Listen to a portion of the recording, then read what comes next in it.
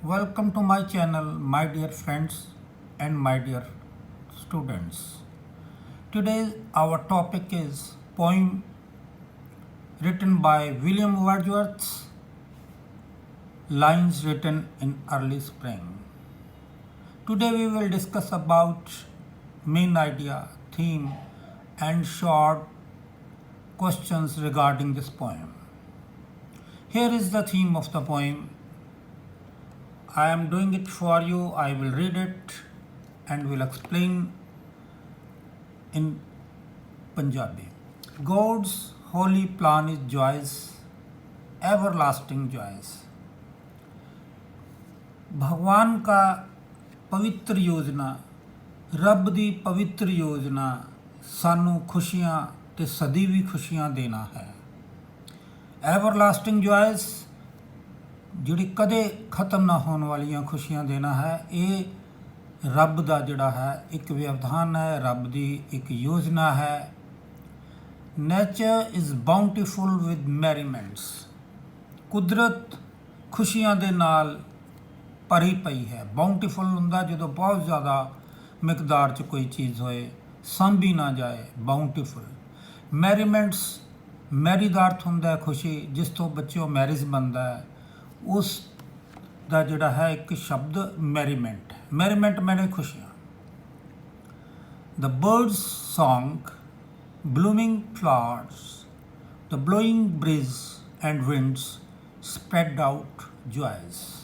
ਪਿਆਰੇ ਬੱਚਿਓ, ਇਹ ਸਾਰੇ ਦੇ ਸਾਰੇ ਵਿਆਖਿਆ ਕਵੀ ਨੇ ਆਪਣੀ ਕਵਿਤਾ ਦੇ ਵਿੱਚ ਲਾਈਨਸ ਰਿਟਨ ਇਨ ਅਰਲੀ ਸਪਰਿੰਗ ਦੇ ਵਿੱਚ ਲਿਖੀਆਂ ਹਨ ਕਿ ਕਿਹੜੀ ਚੀਜ਼ ਖੁਸ਼ੀ ਦਿੰਦੀ ਹੈ। ਕੁਦਰਤ ਦੀ ਹਰ ਚੀਜ਼ ਸਾਨੂੰ ਖੁਸ਼ੀ ਦਿੰਦੀ ਹੈ, ਜਿਸ ਤਰ੍ਹਾਂ ਗਾਉਂਦੇ ਹੋਏ, ਚਹਿਚਹਾਉਂਦੇ ਹੋਏ ਪੰਛੀ, ਖਿਲੇ ਹੋਏ ਫੁੱਲ, ਵਗਦੀ ਹੋਈ ਹਵਾਵਾਂ, ਸਪਰੈਡ ਆਊਟ ਜੋਇਸ, ਖੁਸ਼ੀਆਂ ਬਿਖੇਰਦੀਆਂ ਹਨ।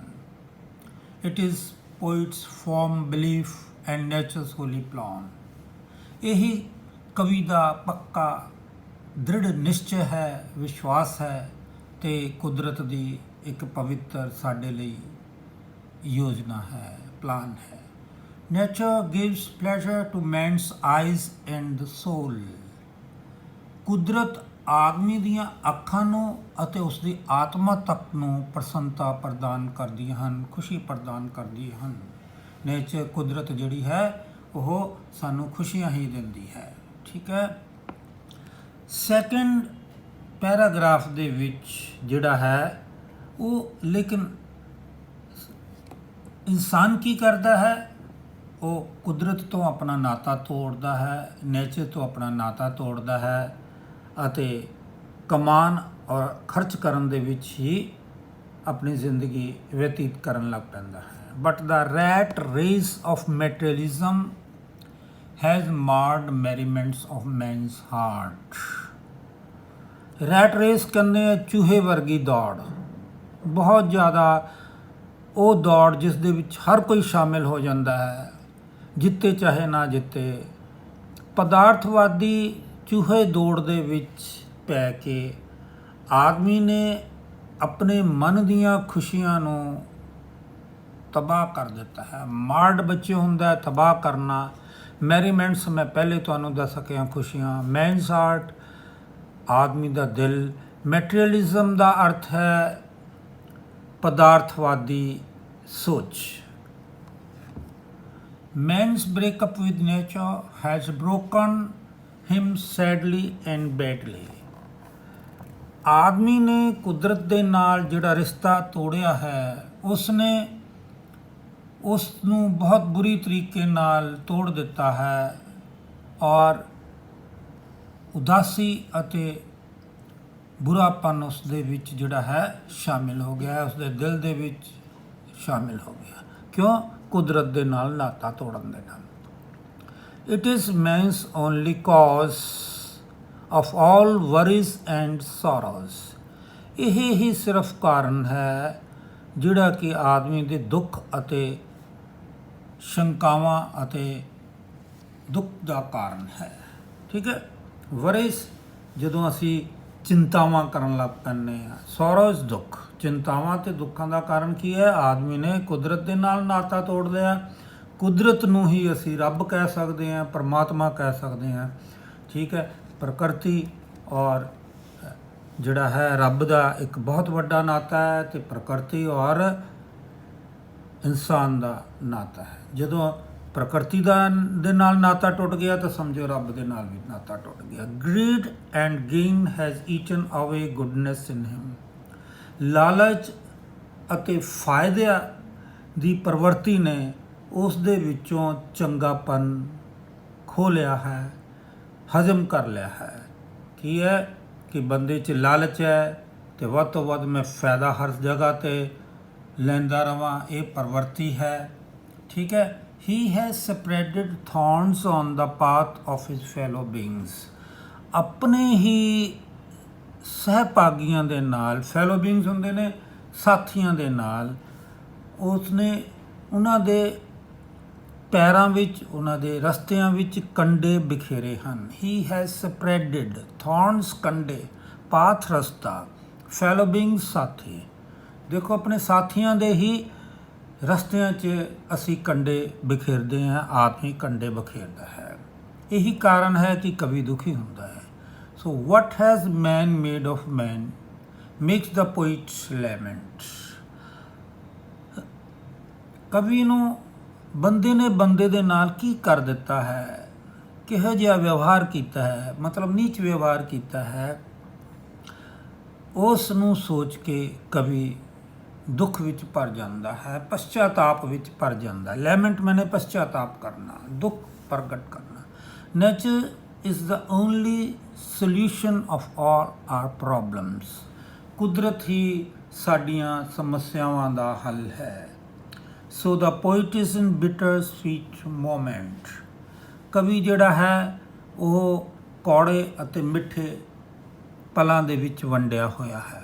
ਇੱਕ ਵਾਰੀ ਖੁਸ਼ ਹੁੰਦਾ, ਕੁਦਰਤ ਨੂੰ ਦੇਖਦਾ ਖੁਸ਼ ਹੁੰਦਾ, ਹਾਂਜੀ, ਵਗਦੇ ਦਰਿਆ ਨੂੰ ਦੇਖਦਾ ਖੁਸ਼ ਹੁੰਦਾ, ਪੰਛੀਆਂ ਨੂੰ ਚਹਿਚਹਾਉਂਦੇ ਦੇਖਦਾ ਖੁਸ਼ ਹੁੰਦਾ, ਫੁੱਲਾਂ ਨੂੰ ਮਹਿਕਦੇ ਹੋਏ ਦੇਖਦਾ ਖੁਸ਼ ਹੁੰਦਾ।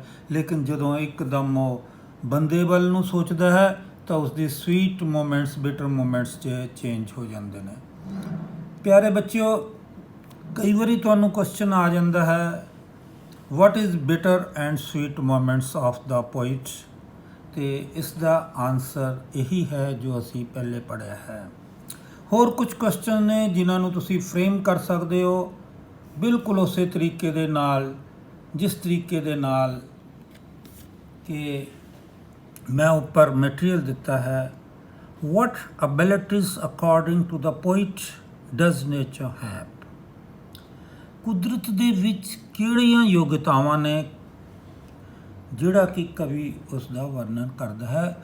ਕਵੀ ਦੇ ਅਨੁਸਾਰ ਕੁਦਰਤ ਦੇ ਵਿੱਚ ਉਹ ਕਿਹੜੀਆਂ ਯੋਗਤਾਵਾਂ ਨੇ, ਹਾਂਜੀ, ਕਿਹੜੀਆਂ ਯੋਗਤਾਵਾਂ ਨੇ ਇਹ ਦੱਸਣਾ ਹੈ। ਯੋਗਤਾ ਇਹ ਹੈ ਕਿ ਖੁਸ਼ੀ ਦਿੰਦੀ ਹੈ ਸਾਨੂੰ, ਹਾਂਜੀ, ਉਸ ਦੇ ਵਿਹੜੇ 'ਚ ਖੁਸ਼ੀਆਂ ਦੇ ਅੰਬਾਰ ਲੱਗੇ ਹੋਏ ਨੇ। ਜਦੋਂ ਅਸੀਂ ਉਸ ਦੇ ਕੋਲ ਜਾਂਦੇ ਹਾਂ ਤਾਂ ਸਾਨੂੰ ਖੁਸ਼ੀਆਂ ਮਿਲਦੀਆਂ ਨੇ, ਸਾਡੀਆਂ ਅੱਖਾਂ ਨੂੰ ਵੀ ਔਰ ਆਤਮਾ ਨੂੰ ਵੀ। ਜਿਹੜੇ ਆਪਾਂ ਮਟੀਰੀਅਲ ਦਿੱਤਾ ਹੈ ਉਹ ਇਸ ਦੇ ਵਿੱਚ ਖਾਸ ਕਰ ਪਹਿਲਾ ਪੈਰਾ ਤੁਹਾਡਾ ਆ ਜਾਏਗਾ। ਜੇਕਰ ਦੂਸਰਾ ਪੈਰਾ ਵੀ ਲਿਖਣਾ ਚਾਹੋ ਤਾਂ it matters nothing. Question number 3, what does the poet lament about? ਕਵੀ ਕਿਸ ਚੀਜ਼ ਦਾ ਪਛਤਾਪ ਕਰਦਾ ਹੈ, ਦੁੱਖ ਕਿਸ ਚੀਜ਼ 'ਤੇ ਕਰਦਾ ਹੈ? ਪਿਆਰੇ ਬੱਚਿਓ, ਜਦੋਂ ਤੁਸੀਂ ਇਹ ਕੁਐਸਚਨ ਲਿਖੋਗੇ ਤਾਂ ਪਹਿਲੇ ਤਾਂ ਇਹ ਭਾਗ ਜ਼ਰੂਰ ਲਿਖਣਾ ਪਏਗਾ ਕਿ ਕੁਐਸਚਨ ਦੇ ਵਿੱਚ ਕਵੀ ਕੁਦਰਤ ਕੀ ਦੇ ਰਹੀ ਹੈ ਤੇ ਆਦਮੀ ਇੰਨਾ ਕੁਝ ਕੁਦਰਤ ਦੇ ਦੇਣ ਦੇ ਬਾਵਜੂਦ ਵੀ ਆਦਮੀ ਨੇ ਆਦਮੀ ਦੇ ਰਸਤੇ 'ਚ ਕੰਡੇ ਬਖੇਰੇ ਨੇ, ਤੇ ਐਸੇ ਕਰਕੇ ਉਹ ਪਛਤਾਪ ਕਰਦਾ। Material is the same. How does the poet glorify nature? ਕਵੀ ਕੁਦਰਤ ਦੀ ਪ੍ਰਸ਼ੰਸਾ ਕਿਵੇਂ ਕਰਦਾ ਹੈ? ਤੇ ਪਿਆਰੇ ਬੱਚਿਓ, ਇਸ ਤਰੀਕੇ ਨਾਲ ਮੈਂ ਕੋਸ਼ਿਸ਼ ਕੀਤੀ ਹੈ ਕਿ ਇੱਕ ਕੁਐਸਚਨ ਦੇ ਮਟੀਰੀਅਲ ਨੂੰ ਇਸ ਤਰ੍ਹਾਂ ਸੈੱਟ ਕੀਤਾ ਹੈ ਕਿ ਇਹ ਤੁਹਾਡੇ ਤਕਰੀਬਨ ਸਾਰੇ ਜਿਹੜੇ ਨੇ ਕੁਐਸਚਨ ਦੇ, ਵੱਡੇ ਕੁਐਸਚਨ ਦੇ ਆਨਸਰ ਦੇ ਵਿੱਚ ਇਹੀ ਮਟੀਰੀਅਲ ਤੁਸੀਂ ਲਿਖ ਸਕਦੇ ਹੋ।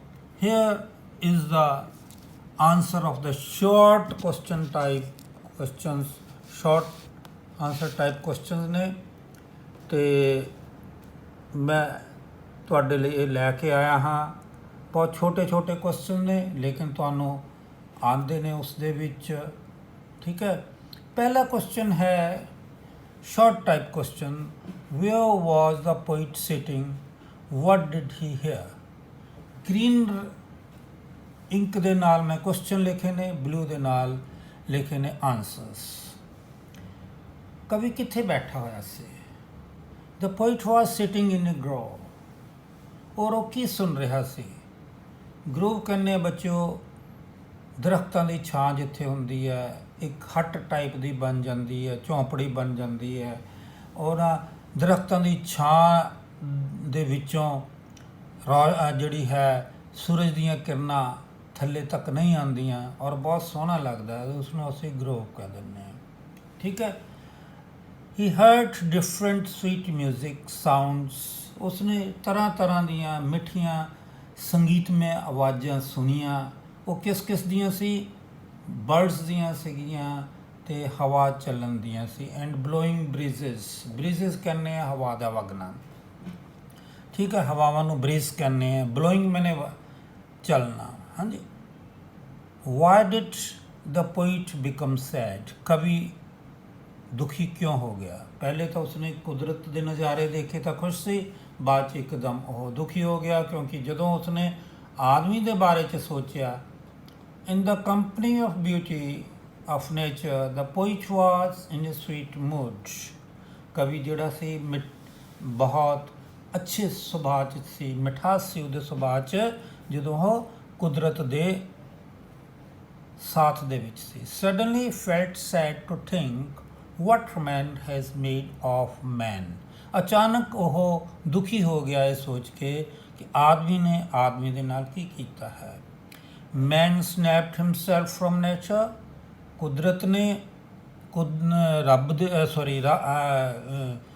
ਆਦਮੀ ਨੇ ਕੁਦਰਤ ਦੇ ਨਾਲ ਆਪਣਾ ਨਾਤਾ ਤੋੜ ਲਿਆ ਹੈ। he is in rat race of materialism। ਔਰ ਉਹ ਦੁਨਿਆਵੀ ਦੌੜ ਦੇ ਵਿੱਚ ਫਸ ਗਿਆ ਹੈ। What is the link between man's soul and nature? ਆਦਮੀ ਦੀ ਆਤਮਾ ਅਤੇ ਕੁਦਰਤ ਵਿੱਚ ਕੀ ਸੰਬੰਧ ਹੈ? Man's soul and nature is in the same। ਬੰਦੇ ਦੀ ਆਤਮਾ ਅਤੇ ਕੁਦਰਤ ਇੱਕੋ ਚੀਜ਼ ਹੈ, ਹਾਂਜੀ। ਸਾਡੀ ਆਤਮਾ ਨੂੰ ਕੁਦਰਤ ਦੇ ਨਜ਼ਾਰੇ ਅੱਛੇ ਲੱਗਦੇ ਨੇ। In the company of the beauty of nature man remains in sweet mood. ਜਿਸ ਤਰ੍ਹਾਂ ਕਵੀ ਜਿਹੜਾ ਸੀਗਾ ਉਹ ਬਹੁਤ ਹੀ ਅੱਛੇ ਮੂਡ ਦੇ ਵਿੱਚ ਸੀ। ਕਦੋਂ ਅੱਛੇ ਮੂਡ ਦੇ ਵਿੱਚ ਸੀ? ਜਦੋਂ ਉਸਨੇ ਕੀ ਦੇਖਿਆ? ਕੁਦਰਤੀ ਨਜ਼ਾਰੇ ਦੇਖੇ। In the company of the beauty of nature man remains in sweet mood. ਅਤੇ ਬੰਦਾ ਵੀ ਕਹਿੰਦਾ ਮਿਠਾਸ ਭਰੇ ਆਪਣੇ ਮੂਡ ਦੇ ਵਿੱਚ ਰਹਿੰਦਾ ਜਦੋਂ ਕੁਦਰਤ ਦੇ ਨਜ਼ਦੀਕ ਰਹਿੰਦਾ। They have close relations with each other. ਅਤੇ ਉਹਨਾਂ ਦਾ ਆਪੋ 'ਚ ਇੱਕ ਬਹੁਤ ਗਹਿਰਾ ਸੰਬੰਧ ਹੈ। What is the faith of the poet? What is the faith of the poet? ਪਿਆਰੇ ਬੱਚਿਓ, ਇੱਥੇ ਮੈਂ ਵਾਜ਼ੇ ਕਰ ਦੇਣਾ ਚਾਹੁੰਦਾ ਕਿ ਆਨਸਰ ਜਿਹੜਾ ਹੈ ਇਸ ਦਾ, ਠੀਕ ਹੈ, ਉਹ ਜਿਹੜਾ ਮੈਂ ਪਹਿਲਾ ਕੁਐਸਚਨ ਦਿੱਤਾ ਹੈ ਉਸ ਦਾ ਆਨਸਰ ਇਹ ਹੈ, ਠੀਕ ਹੈ। ਅਤੇ ਕੁਐਸਚਨ ਨੰਬਰ 2 ਦਾ ਜਿਹੜਾ ਆਨਸਰ ਹੈ ਉਹ ਵੀ ਇਸ ਦੇ ਵਿੱਚੋਂ ਹੀ ਹੈ, ਠੀਕ ਹੈ। ਅਤੇ ਆਪਾਂ ਨੂੰ ਇਲਾਦਾ ਲਿਖਣ ਦੀ ਲੋੜ ਨਹੀਂ ਹੈ। ਫਿਰ ਨੈਕਸਟ ਕੁਐਸਚਨ ਹੈ, what did birds do? Why does the poet says that he could not measure their thoughts? ਜਿਹੜੇ ਪੰਛੀ ਨੇ ਉਹ ਕੀ ਕਰ ਰਹੇ ਨੇ, ਠੀਕ ਹੈ। ਅਤੇ ਕਵੀ ਉਹਨਾਂ ਦੇ ਵਿਚਾਰਾਂ ਨੂੰ ਕਿਉਂ ਨਹੀਂ ਮਿਣ ਸਕਦਾ? ਕਿਉਂ ਨਹੀਂ ਮਿਣ ਸਕਦਾ? ਕਿਉਂਕਿ ਪੰਛੀ ਜਿਹੜੇ ਨੇ ਉਹ ਬਹੁਤ ਹੀ ਜ਼ਿਆਦਾ ਖੁਸ਼ੀ ਦੇ ਵਿੱਚ ਨੇ। The birds were full of joy। ਪੰਛੀ ਖੁਸ਼ੀਆਂ ਨਾਲ ਭਰੇ ਹੋਏ ਨੇ। ਹੋਪਿੰਗ ਐਂਡ ਪਲੇਇੰਗ, ਇੱਧਰ ਉੱਧਰ ਫੁਦਕ ਰਹੇ ਨੇ, ਨੱਚ ਟੱਪ ਰਹੇ ਨੇ। ਐਂਡ ਪਲੇਇੰਗ, ਔਰ ਖੇਡ ਰਹੇ ਨੇ। ਪੰਛੀ ਜਿਹੜੇ ਨੇ ਗਾ ਵੀ ਰਹੇ ਨੇ ਅਤੇ ਉਹਨਾਂ ਦੀ ਖੁਸ਼ੀ ਇੰਨੀ ਕੁ ਹੈ ਜਿਸ ਨੂੰ ਨਾਪਿਆ ਨਹੀਂ ਜਾ ਸਕਦਾ, ਤੋਲਿਆ ਨਹੀਂ ਜਾ ਸਕਦਾ। Their joys the poet could not measure. ਉਹਨਾਂ ਦੀਆਂ ਖੁਸ਼ੀਆਂ ਜਿਹੜੀਆਂ ਨੇ ਉਹਨਾਂ ਨੂੰ ਕਵੀ ਨਾਪ ਨਹੀਂ ਸਕਦਾ। What did the budding twigs doing. ਹੁਣ ਇਹ ਹੈ ਕਿ ਬਡਿੰਗ ਟਵਿਗਸ ਜਿਹੜੀਆਂ ਨੇ ਵਾਟ ਆਰ ਦੇ ਡੂਇੰਗ, ਉਹ ਕੀ ਕਰ ਰਹੀਆਂ ਨੇ। ਠੀਕ ਹੈ। The budding twigs were putting forth new leaves। ਛੋਟੇ ਛੋਟੇ ਬਡਿੰਗ ਟਵਿਗਸ ਕਿਹਨੂੰ ਕਹਿੰਦੇ ਆ, ਬਡ ਕਹਿੰਦੇ ਆ ਜਦੋਂ ਸਾਡਾ ਫੁੱਲ ਹਾਲੇ ਖਿਲਿਆ ਨਹੀਂ ਹੁੰਦਾ। ਡੋਡੀ ਜਿਹਨੂੰ ਕਹਿ ਦਿੰਦੇ ਆ ਪੰਜਾਬੀ ਦੇ ਵਿੱਚ। ਉਹ ਕੀ ਕਰ ਰਹੀਆਂ ਨੇ ਕਹਿੰਦੇ, ਉਹ ਜਦੋਂ ਹਵਾ ਚੱਲਦੀ ਹੈ ਤਾਂ ਆਪਣੇ ਪੱਤਿਆਂ ਨੂੰ ਖੋਲ ਰਹੇ ਨੇ। The budding twigs were putting forth new leaves। ਹਾਂਜੀ, ਉਹ ਨਵੇਂ ਪੱਤੇ ਜਿਹੜੀਆਂ ਨੇ ਉਹ ਕਰ ਰਹੀਆਂ ਨੇ। They seem to catch the breeze air. ਉਹ ਹਵਾ ਨੂੰ ਆਪਣੇ ਵਿੱਚ ਫੜ ਰਹੀਆਂ ਨੇ। ਜਦੋਂ ਹਵਾ ਆਉਂਦੀ ਵਗਦੀ ਹੋਈ ਹਵਾ, ਉਹ ਜਿਹੜੀਆਂ ਡੋਡੀਆਂ ਨੇ ਫੁੱਲਾਂ ਦੀਆਂ, ਉਹਨਾਂ ਨੂੰ ਪੂਰਾ ਫੁੱਲ ਖਿਲਣ ਦੇ ਵਿੱਚ, ਉਹਨਾਂ ਦੇ ਪੱਤਿਆਂ ਨੂੰ ਖੋਲ੍ਹਣ 'ਚ ਮਦਦ ਕਰਦੀਆਂ ਨੇ। What man has made of man, what does it mean. ਇਹ ਬੱਚਿਓ ਅਸੀਂ ਪਹਿਲੇ ਵੀ 2-3 ਵਾਰੀ ਕਰ ਚੁੱਕੇ ਹਾਂ, ਦੁਬਾਰਾ ਮੈਂ ਲਿਖ ਰਿਹਾ। ਮੈਨ ਹੈਜ਼ ਸਨੈਪਡ ਹਿਮਸੈਲਫ ਫਰੋਮ ਨੇਚਰ। ਆਦਮੀ ਨੇ ਕੁਦਰਤ ਦੇ ਨਾਲ ਆਪਣਾ ਨਾਤਾ ਤੋੜ ਲਿਆ। ਸਨੈਪ ਦਾ ਮਤਲਬ ਹੁੰਦਾ ਤੋੜ ਲੈਣਾ। ਐਂਡ ਹਰ ਬਿਊਟੀ, ਔਰ ਉਸਦੀ ਖੂਬਸੂਰਤੀ ਤੋਂ ਵੀ ਨਾਤਾ ਤੋੜ ਲਿਆ। He is in rat race of materialism. ਉਹ ਜਿਹੜਾ ਹੈ ਦੁਨਿਆਵੀ ਦੌੜ ਦੇ ਵਿੱਚ ਫਸ ਗਿਆ ਹੈ। ਠੀਕ ਹੈ। ਸੋ man is full of sorrows, miseries and sadness। ਇਸ ਕਰਕੇ ਆਦਮੀ ਜਿਹੜਾ ਹੈ ਉਹ ਉਸ ਦੇ ਵਿੱਚ, ਪਿਆਰੇ ਬੱਚੋ ਇਹ ਰੇਟ ਨਹੀਂ ਹੈ, ਦੈਟ ਇਜ਼ ਰੈਟ। ਮੈਂ ਰੱਬ ਕਰ ਦਿੱਤਾ। He is in rat race of materialism. ਉਹ ਚੂਹਾ ਦੌੜ ਜਿਹੜੀ ਮੈਂ ਪਹਿਲੇ ਤੁਹਾਨੂੰ ਦੱਸੀ ਸੀ, ਇਹ ਚੀਜ਼ਾਂ ਨੂੰ ਪ੍ਰਾਪਤ ਕਰਨ ਦੀ। ਹਾਂਜੀ, ਅਤੇ ਵੱਧ ਤੋਂ ਵੱਧ ਘਰ ਭਰਿਆ ਹੋਵੇ ਸਮਾਨ ਦੇ ਨਾਲ, ਉਸ ਦੇ ਵਿੱਚ ਫਸ ਗਿਆ। So man is full of sorrows, miseries and sadness.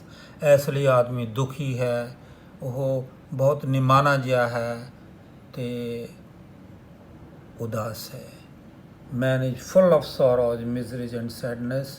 So this was all about lines written in early spring। प्यारे बच्चों, I think you have the better understanding regarding this poem, the lines written in early spring। If you have not subscribed my channel, do subscribe it for new and latest educational videos। Thank you very much। So nice of you।